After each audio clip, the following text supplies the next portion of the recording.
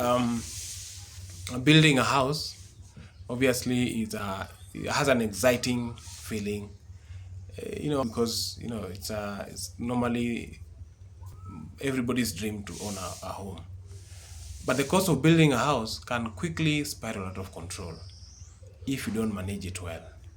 So in this video, today we want to discuss 6 key elements that drives the cost of constructing your house.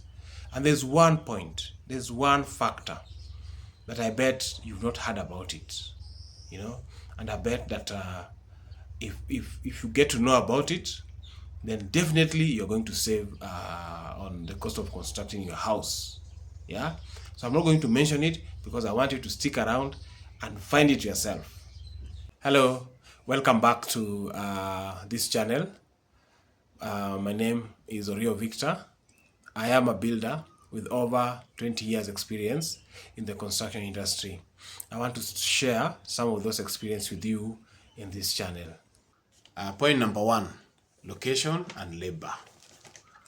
Location and labor are actually very much connected in the sense that the distance between the source of materials and the site, the distance between where the skilled labor is, or rather where the labor is, and the site significantly affects the cost of construction.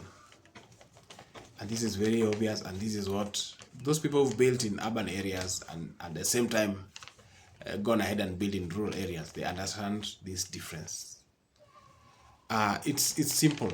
If I may take, for example, if you want to build a house in a rural area, any rural area, just look at your rural area. If you're coming from Kisumu, maybe your rural area is in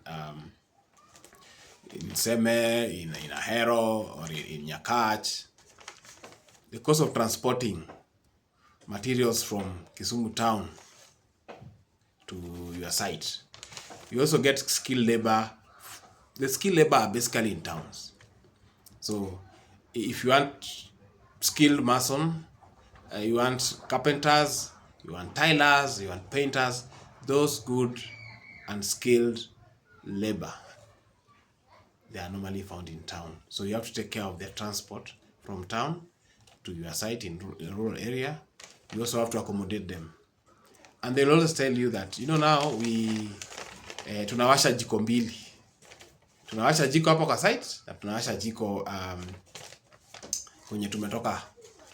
What basically they are telling you is that they are feeding two places. They are now cooking in two different places.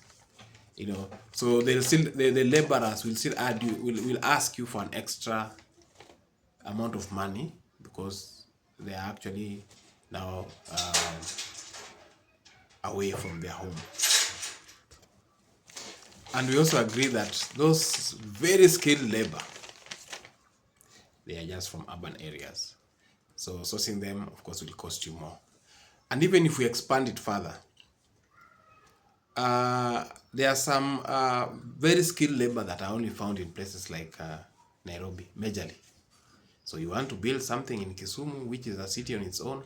You want to build something in Mombasa. You want to build something in Nairobi, in Nakuru, in Eldoret. You have to import that labor.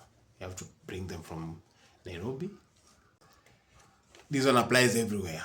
You're in Nakuru, you have your building in Joro. It will cost you more as opposed to building in Nakuru town. You're in Eldoret, you want to build your house in Mosoriot. It will cost you more to build it in Mosoriot than in town. Yeah, you're in Nairobi, you want to build your house in maybe Ruiru. Yeah, you want to build your house in those sides of Limuru. Definitely you'll have to pay more, the same with Mombasa, any other place. So that's a common denominator. The location of your project to the distance of the source of materials and labor will cost you more, will drive the cost up, and sometimes the difference is so big, it can shock you. Second one is the physical condition of the site. How flat is your ground? Is your ground waterlogged? Is the soil good for construction, or you must add some special treatment for it when you're building the foundation? Is it a slopy ground? Is it a rocky ground? You know? So when you have a harsh physical condition on the ground, it will cost you more. If you're building a foundation in a slopy, rocky ground, for you to break that rock, for you to level that ground and build your foundation on it, whether you like it or not, the cost will go up. It can even be times 2 the normal flat ground. If you're building in a black cotton soil area, we've covered this in so many of our articles, definitely will spend more because you have to take care of the cotton soil. How do you take care of the cotton soil? You take care of the cotton soil by paying more, treating the ground, treating the foundation in a special way by adding more money, adding more reinforcements. Point number 3. This is the size of a house. There's always a debate among people when it comes to the cost of constructing their houses, because one, bungalow is a favorite type of design for all Kenyans and generally everywhere. So you find that a case study, maybe we have a developer called Kamau who has built his 100 square meter a house, a bungalow. Then you have a full house done 200 square meters. Both of them are bungalows. Both of them are 3-bedroom houses. But they are different. Their built-up area is very different. So they meet in the social media. Then all of them are talking about, yeah, I built my house. My house costed 3 million because you said at 30,000 per square meter. So that is at 30,000 per square meter. Yeah, it's 3 million for 100 square meters. And this is 6 million for 200 square meters. So when they meet in the social media, one person will tell the other person, oh, Megongo, yeah, you've been scammed, you know. But at the same rate, this house must cost more than the other one because the square meter is big. So when you want to build your house, you have to think about the square meter because it has a direct bearing on the cost of building your house, you know. So you have to talk to your architect, talk to your designer, know your lifestyle. What size of rooms are you comfortable with, so that you build a house that it's comfortable to your lifestyle and also friendly to your budget. So size of the house is a very, very important factor that affects the cost of building your house. So then we go to number 4, the complexity of the design. You know, the way a client will come and say, may I want a house that has this corner, kwa roof, has this too, you know, madoido decorations here and there. My friend, building a corner is expensive, if you didn't know. So the more corners you have, the more money you will pay. When you put a curve in your house, building a curve will cost more materials and will cost more labor. It's a skilled area of construction, you know. So when you want special finishes, you know, you want maybe marble on the floor, you know, you want gold plated switches and sockets, you want these fancy lights. Those are the complexity of the design. And that's why we say a house with a big built-up area may be cheaper than a house with a small built-up area that has complex design. Your house, you have to decide. And you have to know, when you add those corners, when you add those decorations, when you add those complex features of your house, just know that also the cost also will go up, you know. So that's also very important that you understand, because sometimes you may say, oh, why is my house costing more than the other one? Yet it's the complexity of the design, the uniqueness, the special features that you want, the curves that you want, the many corners that you have will drive the cost up. Then we go to point number 5. The choice of material that you make has a direct bearing on the cost of the project. Yeah. So when you're talking about the cost of the project, you're talking about Like for example, the walls. What are you using to build the walls? There are some materials that are expensive. Like if you take concrete, if you take prefab wall panels, they are definitely more expensive than the normal materials for building the wall, whichever way you look at it, especially if you are located far away from the factory. A roof, for example, we have different types of roof materials. We have the normal corrugated iron sheet. We have these decorative special iron sheets like elegantile, versatile, orientile. We even have the sun coated roofing materials like Decra. They cost differently. So the house, if the roof cover is 100 square meters, the difference in cost between the normal corrugated iron sheet and the Decra is like day and night. This one, the normal corrugated one, will cost you something to the tune of maybe let's say 100. For 100,000 for the corrugated iron sheet, if you take the same house and you choose Decra from maybe let's say from Space and Style, the ones that sell the original sun coated iron sheets, this is 100. This one can cost you as high as 5 to 600,000. Yeah. So the choice of materials affect, and it affects the cost of constructing your house.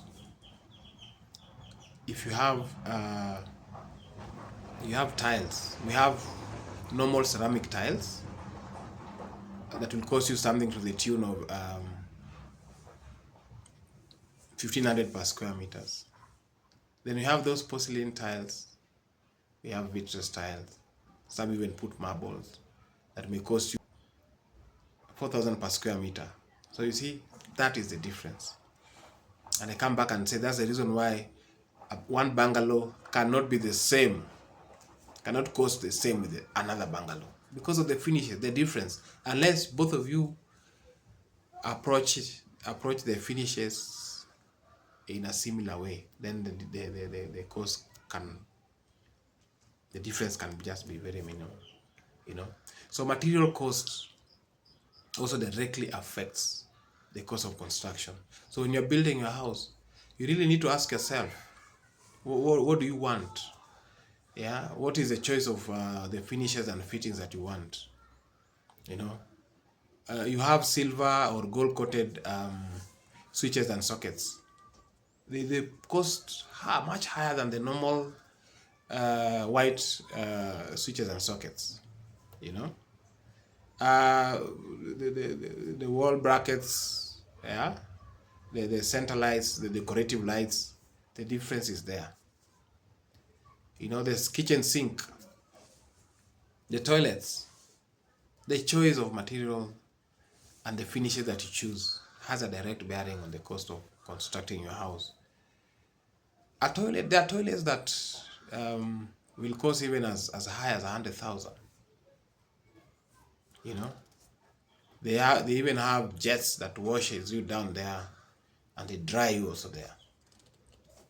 It's luxury, but it will cost you money, so the price has to go up. While we have the other ones that goes for 10, 15,000. So if I buy my toilet at 100,000 and you buy yours at 15,000, there's no way then the cost can be the same. So these are the key elements that we're talking about that drives the cost of constructing your house. Yeah. Then now we go to the final one, the number 6. It's called value engineering. This one I have to explain first so that you can understand what is value engineering. Basically, value engineering is a systematic approach that is applied when you're building a house that involves looking for ways of reducing the cost of building a house without compromising on quality and quantity. You know, basically it's a method whereby you look for ways of reducing the cost of building a house, but at the same time watch out for the quality and the quantity where you don't compromise. So we're not saying you're not saying you take shortcuts. What you're just saying is that one toilet seat will cost 50,000, the other one will cost 20,000. Is a 20,000 toilet seat good? Can it flush well? Can it take the waste well without the need of using a bucket or something? Yeah. If it's yes, put tick. The one costing 50,000 the same. So what value engineering basically does, because now you want to reduce the cost of constructing a house, because basically you want to reduce the cost of building a house. So you adopt the one that costs 20,000, and you've not compromised on anything. You know, the quality is good, aesthetic is good, function also is there. Only that this one is costing 20,000 and this one is costing 50,000. You know, so another example is like when you're building a house, you can choose to have 200 millimeters walling for the entire house. Like you can choose, for example, to have 9-inch stone on the entire house, both inside and outside. There's no problem. It will support the house and work well. But you can also choose to use 9-inch stone on the external walling, and the internal walling you use 6-inch stone. Does it mean that the house is going to collapse? No.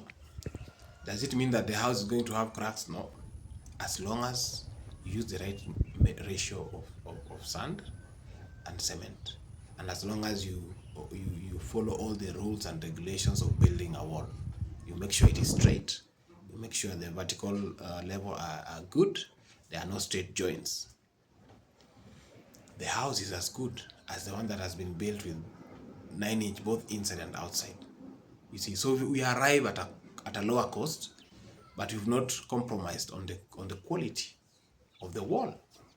It is still functioning as the other wall, you know, and it's still looking good as the other wall, but the cost is different. So when you do, the cost is much, but you've reduced the cost. You've reduced the cost of the stone, procuring the stone.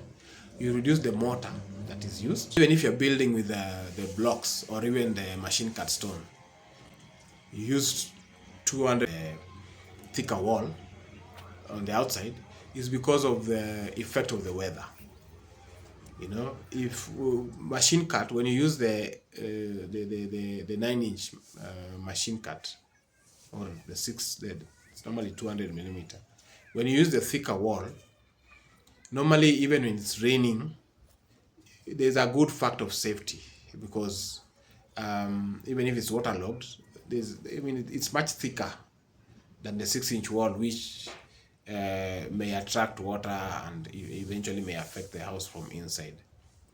Security-wise, strength-wise, that's the reason why we decide that, okay, we can still use the 9-inch for the external wall and the 6-inch for the internal wall, and there is no problem for doing that. Another example of value engineering is when you simplify your. Another example of value engineering is when you decide that, okay, you just want maybe a house with 4 corners, with a gable roof, no valleys, no small pieces, no small designs and decorations on the roof. It will cost you less than the same house with 6 corners. You know, because when you're cutting for valleys and hips, there are wastes. There are a lot of waste that you get as a result of getting those shapes, valleys, and the small shapes that you must get as you're doing the hips and the valleys to take the water down. Because as long as you have more than 4 corners, you must have a valley. If you didn't know, now you know. And the valley will cost you more money, because now the valley itself, you have to cut that iron sheet to fit into the shape of the valley. And hence you'll have waste on the timber, you'll have waste on the iron sheet. It's also very expensive in terms of labor to do that. So what do? You apply value engineering. In conclusion, you've had the 6 key factors that affect the cost of construction, and I hope you've learned something. I hope you have something now to look into before you start building your house. I know there are other points, but these are the key points. That is very important. Align the key. These are the key factors. But feel free to share any other point that you may have in the comment section. You can also help us in learning more. Nobody has a monopoly of knowledge, so give us your point, give us your knowledge, give us a review on what we've just talked about, and please like and subscribe and hit that notification button so that when we bring the next video, you'll be the first person to receive the video. Thank you so much. Be blessed.